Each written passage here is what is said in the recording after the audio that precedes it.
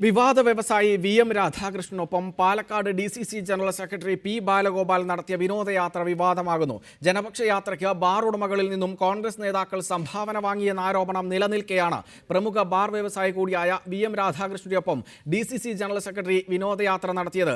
I group ജില്ലാ നേതാക്കൾ ആണ് വിനോദയാത്രയുടെ ചിത്രം പുറത്തുവിട്ടത്.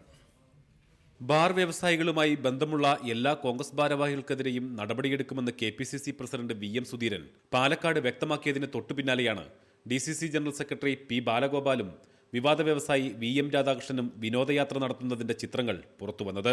കാർവാർ ബീച്ചിൽ വി.എം. രാധാകൃഷ്ണനും ബാലഗോപാലും മറ്റു രണ്ട് സുഹൃത്തുക്കളും നിൽക്കുന്നതിന്റെ രണ്ട് ചിത്രങ്ങളാണ് ഐ ഗ്രൂപ്പ് പുറത്തുവിട്ടത്. എന്നാൽ വളരെ മുമ്പ് യാത്രയ്ക്ക് പോയതിന്റെ ചിത്രങ്ങളാണിതെന്ന് ബാലഗോപാൽ പറഞ്ഞു.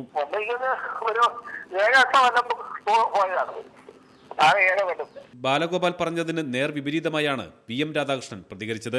കഴിഞ്ഞ മാസമാണ് തങ്ങൾ കാർവാറിൽ പോയതെന്ന് വി.എം. രാധാകൃഷ്ണൻ പറഞ്ഞു.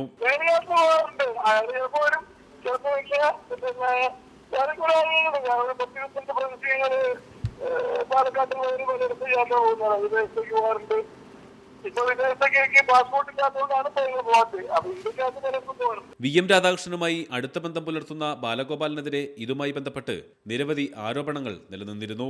റിപ്പോർട്ടർ, പാലക്കാട്.